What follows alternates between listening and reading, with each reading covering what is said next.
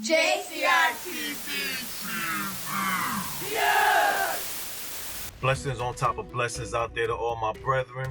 For those who don't believe, please receive the free gift of salvation. This is brought to you by U.G.L. I'm Darius, and this is JCITB-TV. That's Jesus Christ is the best televangelism. Not television, but televangelism. And all that means is I'm just using this digital space to spread the gospel and all Yahweh's truths. This episode is called What Really Happened Between Noah, Ham, and the Cursing of Canaan. Today, we will be discussing what took place with Noah and Ham and what was the real reason for cursing Ham's son. I'm pretty sure you guys heard the story of Noah getting drunk and his son Ham doing something shameful to him. Now, there are a lot of popular takes and theories on this topic, and I want to discuss some of them. So I'm going to give you the most popular ones, and then after that, I'm going to give you what I think it is. The one I believe to be true is usually not the one that's often discussed, so it's definitely not a popular topic. But if you dig into the scriptures, you will see that this theory is not that far-fetched at all. And just to be clear, I'm not planting my flag and saying I have all this figured out and I got everything 100% accurate. I'm just saying that throughout my research, I find this theory to be most accurate, and I believe the case that I present today holds weight. So let's get into it. Genesis 9:20-27 says, Noah began to be a man of the soil, and he planted a vineyard. He drank of the wine and became drunk, and lay uncovered in his tent. And Ham, the father of Canaan, saw the nakedness of his father and told his two brothers outside. Then Shem and Japheth took a garment, laid it on both their shoulders, and walked backwards and covered the nakedness of their father. Their faces were turned backwards, and they did not see their father's nakedness. When Noah woke up from his wine and knew what his youngest sons had done to him, he said, Cursed be Canaan, the servant of servants shall he be to his brothers. He also said, Blessed be the Lord, the God of Shem, and let Canaan be his servant. May God enlarge Japheth, and let him dwell in the tents of Shem, and let Canaan be his servant.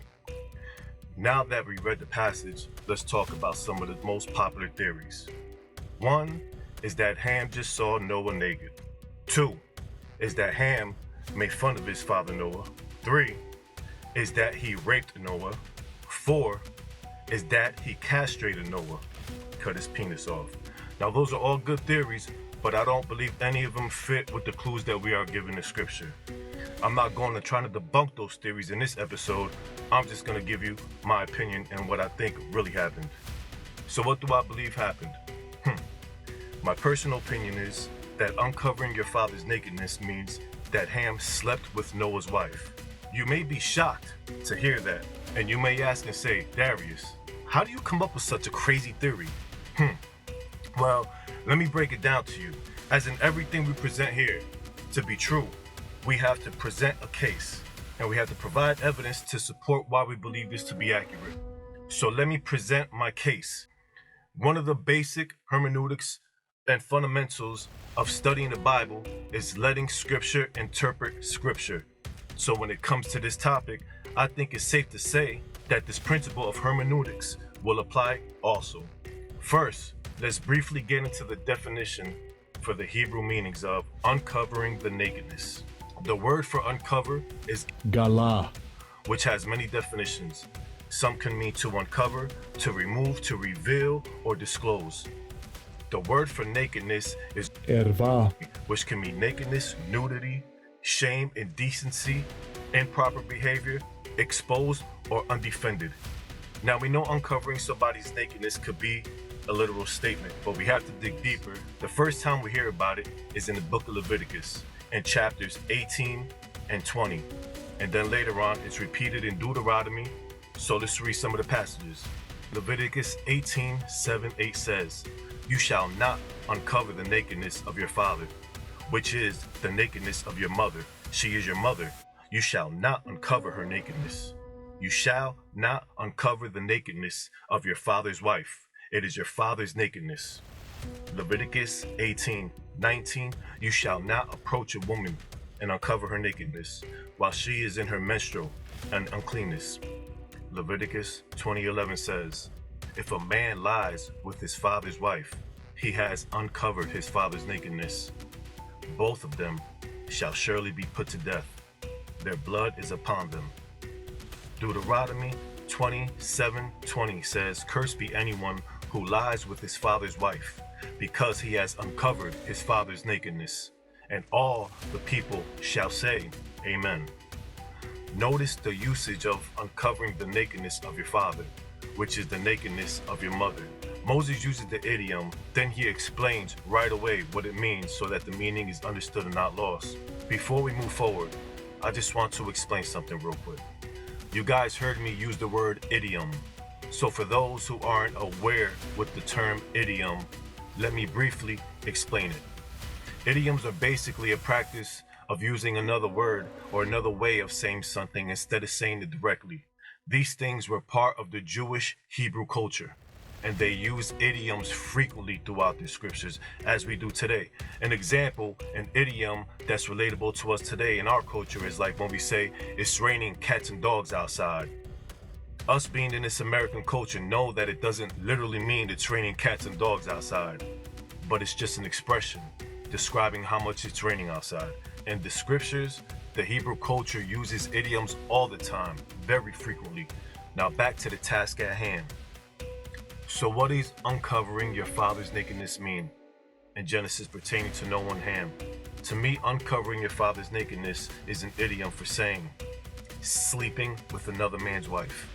So yes, I'm going to say that Ham slept with his father's wife, which is his own mother. Crazy, I know. Just so we get a better understanding of what it says, let's look at some of the other translations and see how they word it. Let's read the ESV. The ESV says, you shall not uncover the nakedness of your father, which is the nakedness of your mother. She is your mother. You shall not uncover her nakedness. You shall not uncover the nakedness of your father's wife. It is your father's nakedness. Leviticus 18:7-8. The NIV says, do not dishonor your father by having sexual relations with your mother. She is your mother. Do not have relations with her. Do not have sexual relations with your father's wife. That would dishonor your father. Leviticus 18:7-8. The New King James says, the nakedness of your father or the nakedness of your mother you shall not uncover. She is your mother. You shall not uncover her nakedness. The nakedness of your father's wife you shall not uncover. It is your father's nakedness. Leviticus 18:7-8. HCSB says, you are not to shame your father by having sex with your mother. She is your mother. You must not have sexual intercourse with her. You are not to have sex with your father's wife. It will shame your father. Leviticus 18:7-8. Now some would say that doesn't make sense because Genesis 9:22 it says that Ham only saw the nakedness of his father and then told his two brothers, meaning he just literally saw him laying naked. And my rebuttal to that is, seeing and covering the nakedness both mean the same thing in this context. In Leviticus 20:17 it says, if a man takes his sister, a daughter of his father or a daughter of his mother, and sees her nakedness and she sees his nakedness, it is a disgrace. Now by reading that passage, it may seem like it's only literally saying seeing someone naked with their physical eyes, but it's deeper than that. And just to back up what I'm saying, I'll read that same passage in the HCSB translation. It says, if a man marries his sister, whether his father's daughter or his mother's daughter, and they have sexual relations, it is a disgrace. It also reads this way in the NIV and CJB and other translations. These translations give you a better understanding of what see her nakedness means. So again, seeing and uncovering the nakedness mean the same thing. Let's read it again. Noah began to be a man of the soil, and he planted a vineyard. He drank of the wine, and it became drunk, and lay uncovered in his tent. And Ham, the father of Canaan, saw the nakedness of his father and told his two brothers outside. Genesis 9:20-22. In this passage, it says Noah became drunk and lay uncovered. Now, I believe the word uncovered here means Noah was literally uncovered. It could mean that. But then it also says Ham saw the nakedness, meaning he didn't just literally see his father naked, but slept with his father's wife. Genesis 9:23 says Shem and Japheth took a garment and laid it on both their shoulders, and then went backward and covered the nakedness of their father. Their faces were turned backwards, and they did not see their father's nakedness. We automatically look at this verse and assume that all of it is literal. But are we reading it right or wrong? Is there also idioms in this passage, or is it all just literal? Some things we have to ask ourselves are, were the garments laid on Shem and Japheth's shoulders, or were they laid on Noah and his wife's shoulders? When Shem and Japheth covered the nakedness of their father, does that mean he literally covered Noah? Or did they literally cover Noah's wife, which is his nakedness? Or could that mean something else?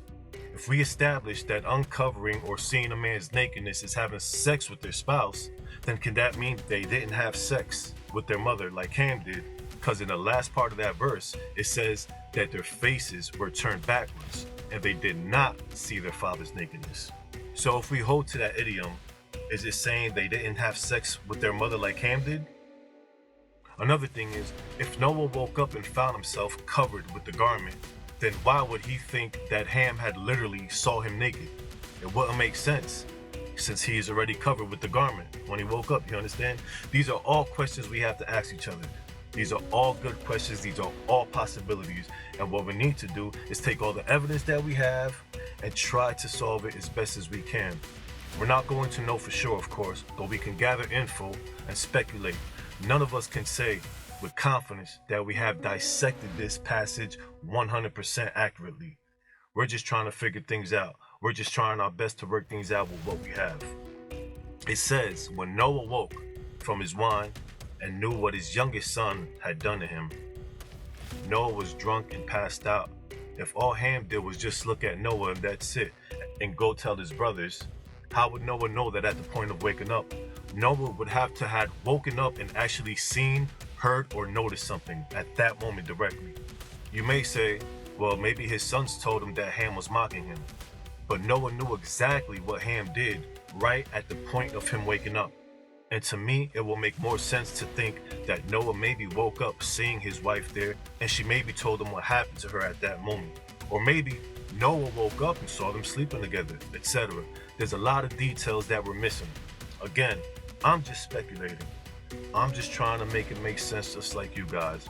And last, many people think that something was done physically to Noah, because it says Noah knew what his son did to him.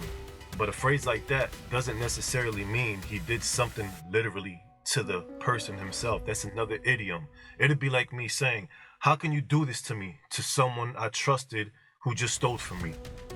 Genesis 9:25-27 says, he said, cursed be Canaan, the servant, and the servant shall he be to his brothers. He also said, blessed be the Lord, the God of Shem, and let Canaan be his servant. May God enlarge Japheth, and let him dwell in the tents of Shem, and let Canaan be his servant. Why curse Canaan? One of the things we have to ask ourselves is, why would Noah curse Canaan instead of Ham, who's the one who committed the evil act? Some may say Noah couldn't directly curse Ham because God blessed Noah and his sons, which means Noah couldn't curse Ham. That is a true statement. That is definitely a true statement, because God did bless Noah and his sons. In Genesis 9, it says, and God blessed Noah and his sons. He said to them, be fruitful and multiply and fill the earth. So although that is a true statement, I think it's a lot deeper than just that. I think that Noah cursed his grandson Canaan because he was a direct offspring of his son Ham and his own wife through sexual union. One thing that I find very interesting, and a key point to highlight, is that in Genesis 9:18 and 9:22, Noah made it his business to go out of his way and repeat a statement saying, and the father of Canaan, twice. Why did he go out of his way to highlight the fact that Ham was the father of Canaan. He did that to let the reader know that no, Canaan is not my son. It makes perfect sense and it fits better than any other theory, in my opinion. Now we have to ask ourselves, what would be the motivation for Ham to want to do something like this? One thing we have to understand is that Noah and his family are literally the only people in the world at this time. So could it be that Ham, knowing this, wanted to be the head of the family? Could he have wanted to overstep his father's authority? He could have wanted all the power, being that they are literally starting fresh and they're the only ones who are going to replenish the earth. These are all just speculations. I'm just trying to give some insight to the situation, so bear with me. Why did Ham tell his brothers? Could it have been that he was declaring head patriarch of the family, which would also mean that he is patriarch of literally the whole world? Did he tell them to establish power, dominions, authority? Basically, look what I did to dad. I took his wife, now I'm the one in charge. Now all y'all are under me. So maybe Ham was like, my father would never come back from this. I'm gonna dethrone him by doing this. Now, in order to make that theory make sense, let me give you some examples of it in scripture. So, in the ancient world, when someone took someone's wife or slept with another wife or their concubine, it was a way of claiming authority and rulership over a man. That was the ultimate way of showing another man, I got one up on you. I rule you. I took your wife. We have plenty of examples of this in scripture. Samuel 12. We see Nathan rebuking David because of what he did with Bathsheba. In this passage, Nathan basically gave a rundown on what God had did in David's life, and one of the things he mentioned is giving David his master's house and his master's wives. It was taken from Saul and given to David because now David was the new man in charge, the new king. The authority was taken from Saul and given to David. So we see that taking another man's wife is a form of authority. Nathan goes on to further rebuke David, letting him know the consequences he and his bloodline will suffer from sleeping with Bathsheba. So what did David do as he slept with Bathsheba? He uncovered Uriah's nakedness. That makes sense. Now the fulfillment that Nathan proclaimed to David was fulfilled later on. Samuel 16. David's son Absalom slept with his father's concubines. It says, "Go into your father's concubines, whom he has left to keep the house, and all Israel will hear that you made yourself a stench to your father, and the hands of all who are with you will be strengthened." So they pitched a tent for Absalom on the roof, and Absalom went into his father's concubines in the sight of all Israel. 2 Samuel 16, 21, 22. Now with these small examples, we are able to see the deeper meaning of what it means to take another man's wife or concubine. It's a way of taking authority and another way of claiming the throne and letting people know that now I'm the man, I'm the one in charge. I took your wife. I'm head of everything now. I don't find that theory hard to believe because, like Satan and his story is a little like that. Satan himself was an anointed angel who saw God firsthand. He saw God create things. He saw God give worship. He saw God as the head of everything, but he still wanted that position. He still wanted that authority. Because of that, he rebelled against his father. Satan wanted to be the patriarch of this new world that God created. Just like Ham wanted to be the patriarch of this new post-flood world. So this story here with Ham is the same concept, and it just trickles down throughout time. Ain't nothing new under the sun. In conclusion, this is what I believe to be the best interpretation pertaining to the situation with Noah and his son. As we stated earlier, there are a lot of different ideas floating around, and we're all just trying to do the best with the information that we have. I'm not saying I'm 1000% right and that I have everything down packed when it comes to this situation and story, but I do believe this is the best scenario. There are still a lot of questions that we don't have the answers to. Things like, was Noah and his wife both drunk? It only says Noah was drunk, but it doesn't specifically say he was the only one drunk. Could Noah and the whole family have also been drunk from drinking the vine? Could it be while Ham and Noah's wife were under the influence, they both decided to do this together? Did Noah's wife willingly partake in this situation with Ham? Or did he force her to do it? Did Noah wake up and catch them in the act? Did he wake up and see them asleep together? Was his wife beaten and raped by Ham and Noah knew because he seen her sad and humiliated? Did Noah see his wife pregnant? And if so, how long did it take for him to notice that she was pregnant? What was Ham doing in their tent anyway? There are so many possibilities when it comes to this assumption, but we are only given specific details. All right, guys, I'm gonna leave it there. I appreciate you guys taking the time to fellowship with me. I hope you enjoyed this episode on JCITB-TV. All truth is important because the truth will set you free. All truth leads to Christ. Yeshua said, I am the way, the truth, and the life. Oh, come on!